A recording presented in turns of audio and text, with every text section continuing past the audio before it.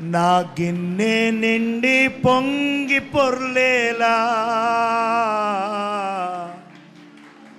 అభిషేకించు యేసయ్యా. నా గిన్నె నిండి పొంగి పొర్లేలా అభిషేకించు నా గిన్నె నిండి పొంగి పొర్లే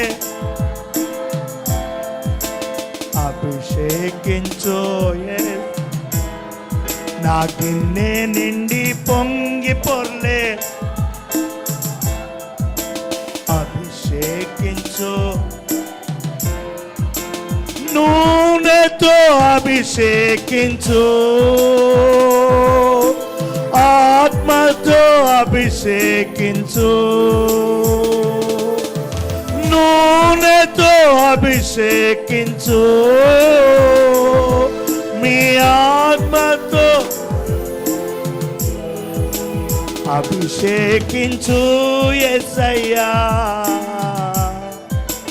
అభిషేకించు యేసయ్యా, అభిషేకించు యేసయ్యా. అభిషేకించు. నూనెతో అభిషేకించు, ఆత్మతో అభిషేకించు. నూనెతో అభిషేకించు, ఆత్మతో అభిషేకించు. అభిషేకించు యేసయ్యా. అభిషేకించు, అభిషేకించు యేసయ్యా.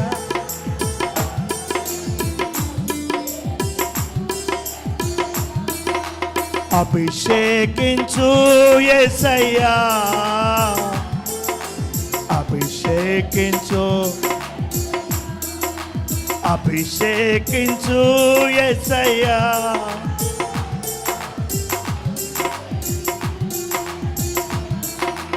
అభిషేకించు యేసయ్యా. అభిషేకించు యేసయ్యా. అభిషేకించు యేసయ్యా. అభిషేకించు యేసయ్యా. అభిషేకించు యేసయ్యా.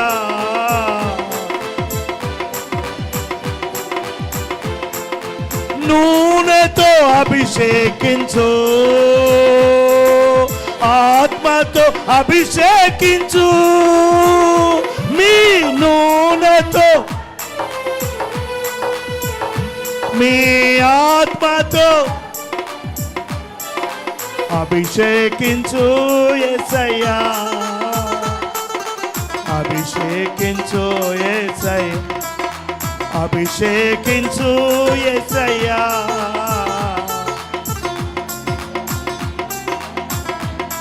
నా గిన్నె నిండి పొంగి పొర్లేలా అభిషేకించు యేసయ్యా. నా గిన్నె నిండి పొంగి పొర్లేలా అభిషేకించు యేసయ్యా. నా గిన్నె నిండి పొంగి పొర్లేలా అభిషేకించు.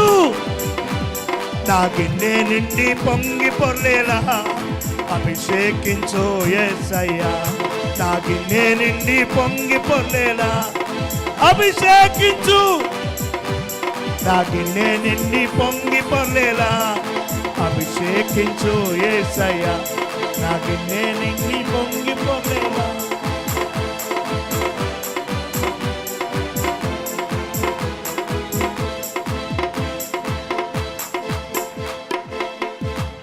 నా గిన్నె నిండి పొంగి పొర్లేలా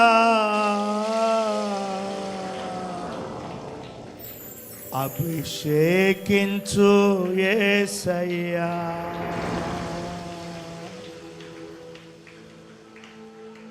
నూనెతో అభిషేకించు,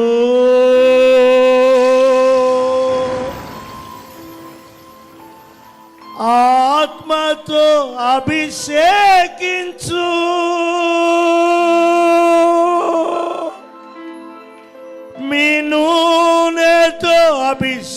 అభిషేకించు యేసయ్యా, మీ ఆత్మతో అభిషేకించు.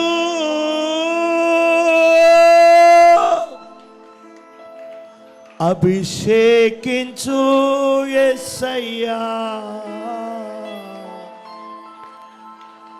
అభిషేకించు యేసయ్యా. యేసయ్యా, నా గిన్నె నిండి పొంగే పొర్లేలాగా అభిషేకించండి యేసయ్యా. ఈ 2025వ సంవత్సరానికి కావలసిన అభిషేక, పొంగి పొరలే అభిషేక నాకు కావాలయ్యా. నా ఇంటికి, నా కుటుంబానికి కావాలయ్యా. నా గ్రామానికి, నా ప్రాంతానికి, నా పరిచర్యకు, నా సహవాసానికి, నా సంఘానికి కావాలి. మహిమ మీకే, ఘనత మీకే, ప్రభావములు మీకేనయ్యా. ఘననామమును హెచ్చించుకుంటూ, ఉన్నత నామాన్ని మహిమపరుచుకుంటూ, నీ పరిశుద్ధ ఘన పాదాలను స్తోత్రించుకుంటూ, మమ్మల్ని మేము తగ్గించుకుంటూ, మా ఆరాధన మీరు అంగీకరించి, మా ఆరాధనలను మీరు స్వీకరించి మమ్మలను ఆశీర్వదించమని, మాతో మాట్లాడమని, మమ్మల్ని బలపరచమని, స్వస్థపరచమని, దీవించుమని యేసయ్య నామమున ప్రార్థన చేసి వేడుకొనుచున్నాము తండ్రి. ఆమేన్. కూర్చోండి. నా ప్రేమ వందనాలు. నా యేసయ్య మిమ్మల్ని, మీ కుటుంబాన్ని నిండోరుగా దీవించి ఆశీర్వదించి వర్ధిల్ల చేయును గాక. కావలసిన కృప, కావలసిన దీవెన, కావలసిన ఆశీర్వాదం ప్రభు మనకి, మన కుటుంబాలకి సమృద్ధిగా అనుగ్రహించును గాక. ఒక ప్రత్యేకమైన వర్తమానాన్ని నేను మీకు చెప్పాలని సిద్ధపడ్డాను. నిజానికి మొదటి ఆదివారం లార్డ్ సప్పర్ గురించి కొంచెం మాట్లాడాలి. అది కాకుండా కొత్త సంవత్సరం మొదటి పరిశుద్ధ ఆదివారం గనుక మనకు ఉపయోగపడు, మనందరికీ కావలసిన ఒక చిన్న వర్తమానం. ఏంటా వర్తమానము అనంటే, క్రైస్తవులమైనటువంటి మనం ఎలా ఉండాలి, ఎలా ఉండకూడదు. అసలు మనం క్రైస్తవులమేనా?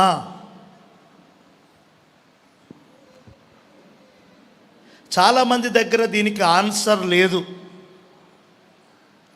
ఎందుకు లేదంటే, క్రైస్తవ్యం అనేది కులమో, క్రైస్తవ్యం అనేది ఒక మతమో, క్రైస్తవ్యం అనేది బడుగు బలహీన వర్గాలకు చెందినది అని అనుకుంటున్నారు.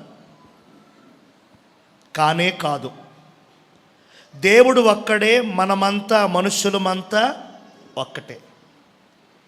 ఈ కులాలను మతాలను దేవుడు ఏర్పరచలేదు, మనంతట మనమే ఏర్పాటు చేసుకున్నాం.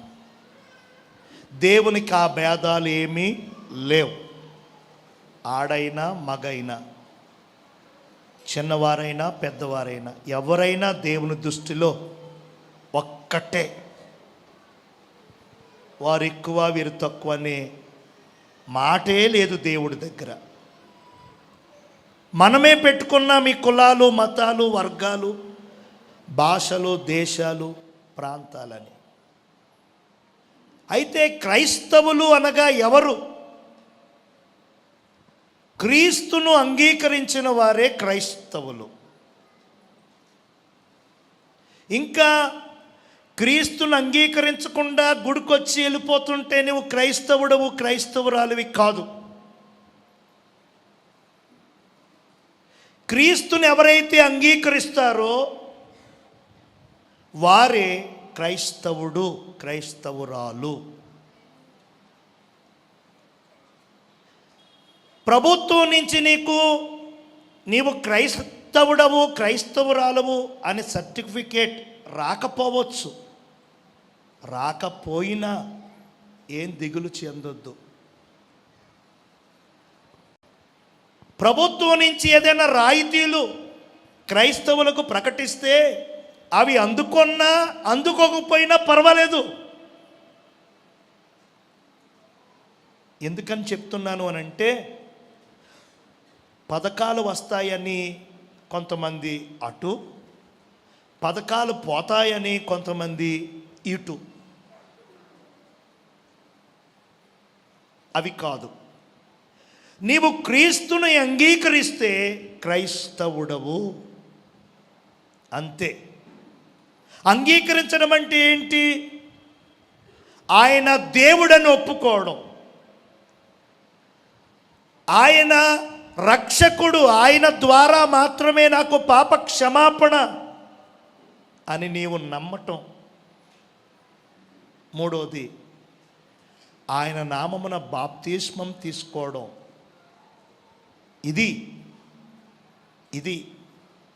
దేవునికి స్తోత్రం. అలా చేసిన వారు క్రైస్తవులు. ఇంకా అలా చేయకుండా ఉన్నటువంటి వారు క్రైస్తవులు కాదు.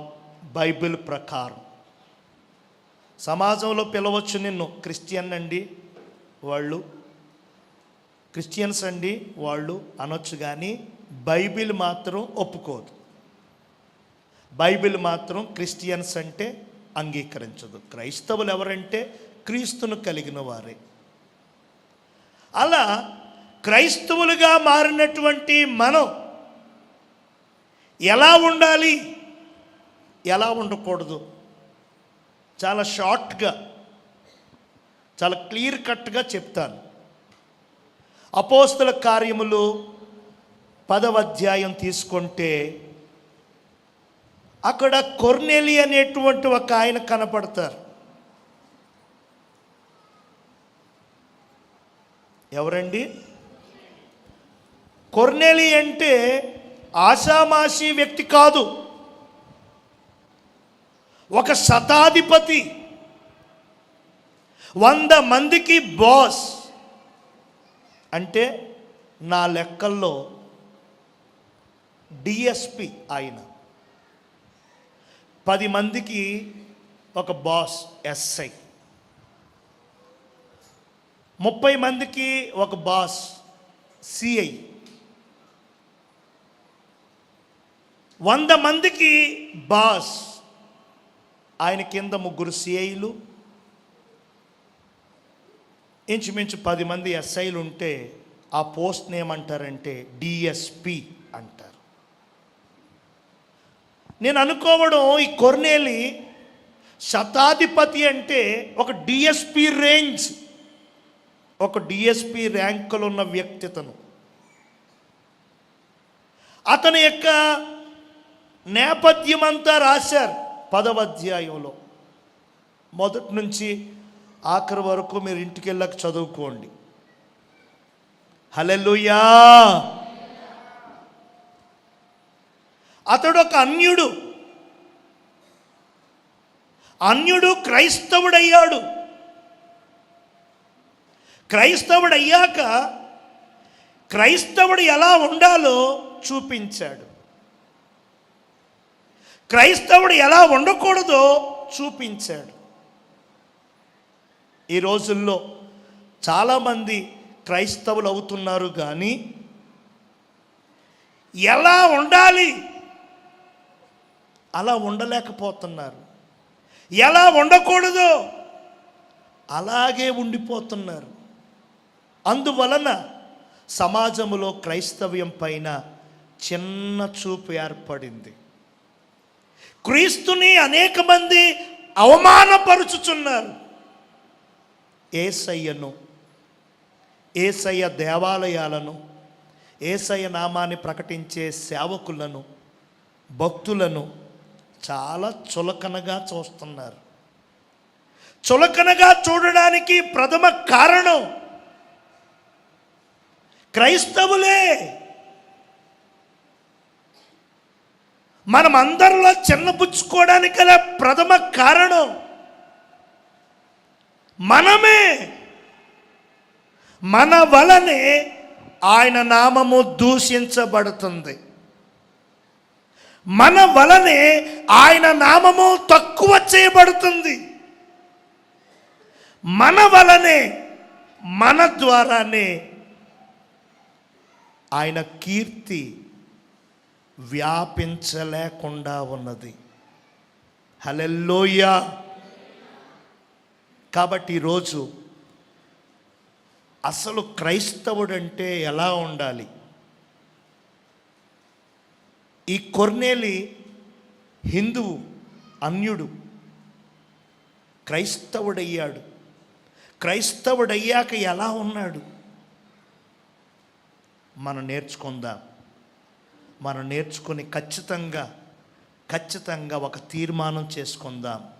ఈ 2025 ఈ మొదటి నెల, ఈ మొదటి వారం ఒక తీర్మానం చేసుకొని ప్రభు బలలో చేతులు పెడదాం. ప్రభువు మనలను క్షమించి మనం తీసుకున్న తీర్మానం మీద నిలకడగా ఉండే కృప పరిశుద్ధాత్మ దేవుడు మనందరికీ దయచేస్తాడు. హల్లెలూయా. 2వ వచనములో ఉంటుంది, అతడు దేవుని యందు భయభక్తులు గలవాడట. చెప్పండి. ఆ రేంజ్లో ఉన్నటువంటి కొర్నేలి ఏమండి, ఆ ఉన్నతమైన ఉద్యోగం కలిగి అతని చేతికింత అంతమంది అసిస్టెంట్లు కలిగినటువంటి ఆ వ్యక్తి దేవుని యందు భయము, భక్తి. దేవునికి స్తోత్రం.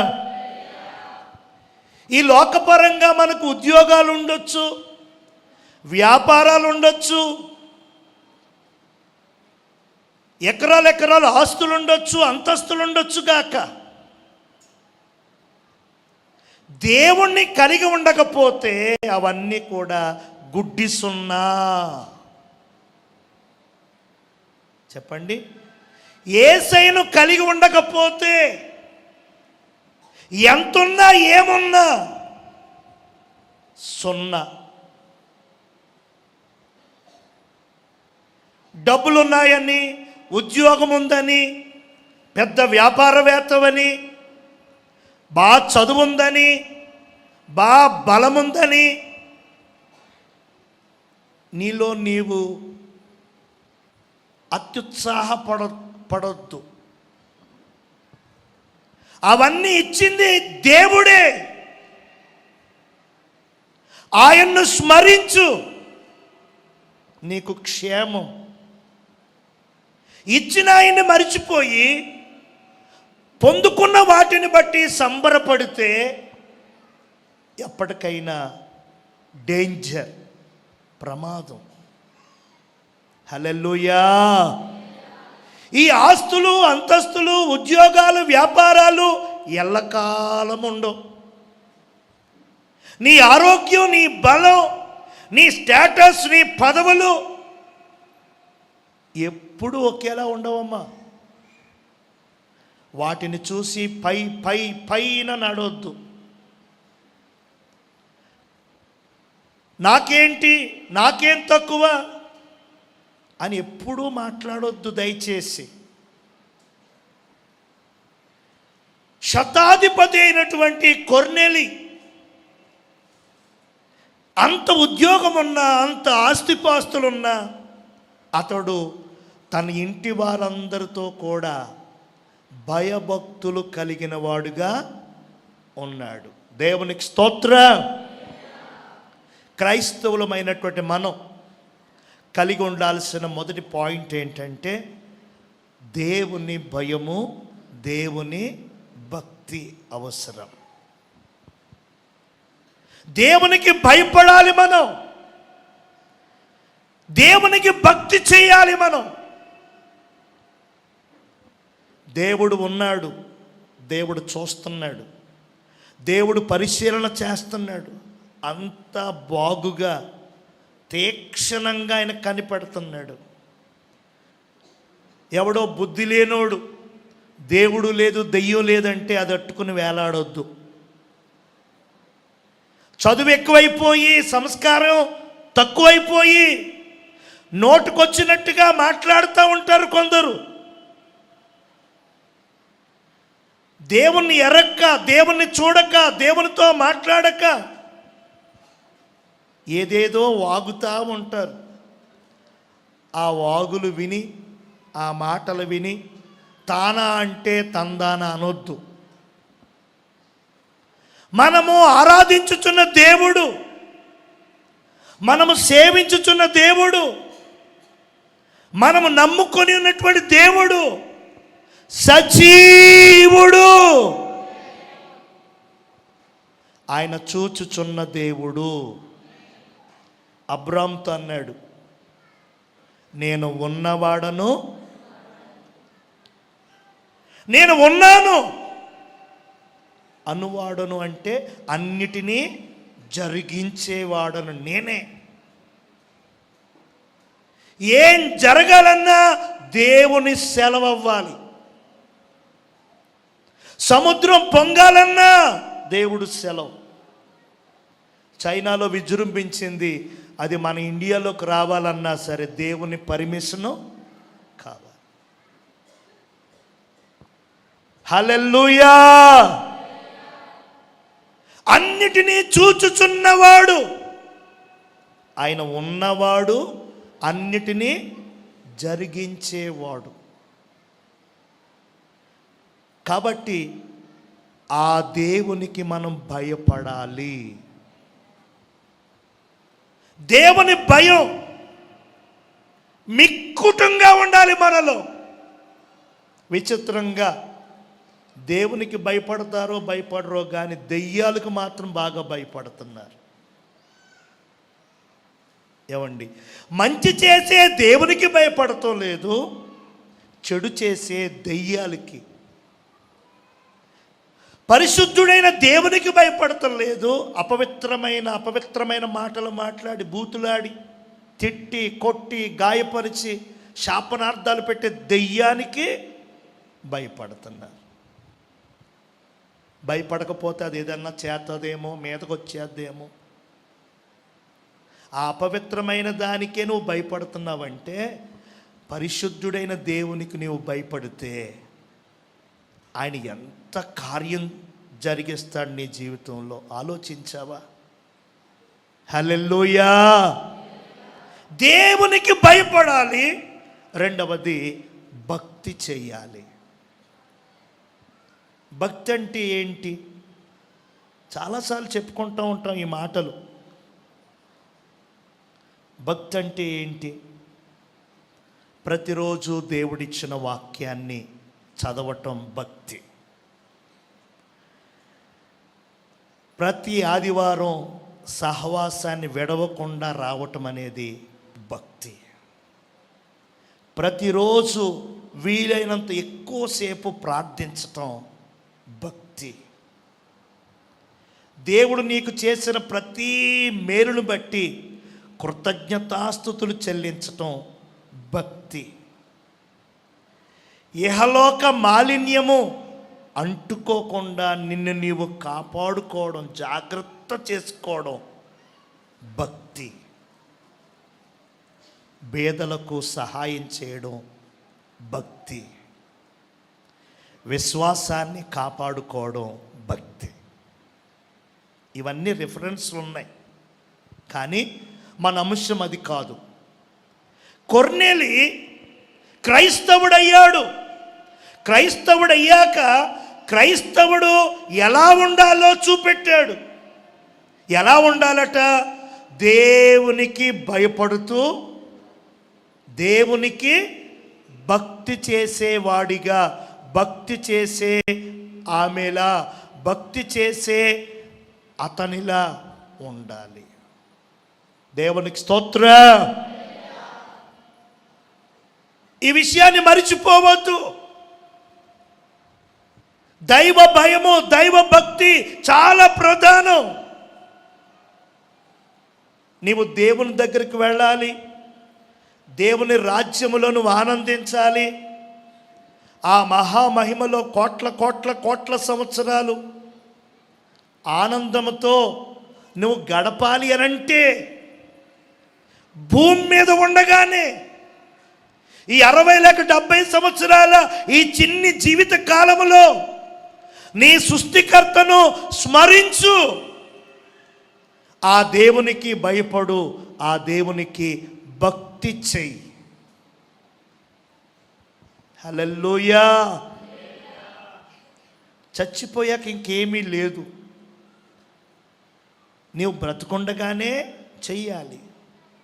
నాకు టైం లేదు, నేను చాలా బిజీ, నాకు ఇప్పుడు కుదరదు అనొద్దు.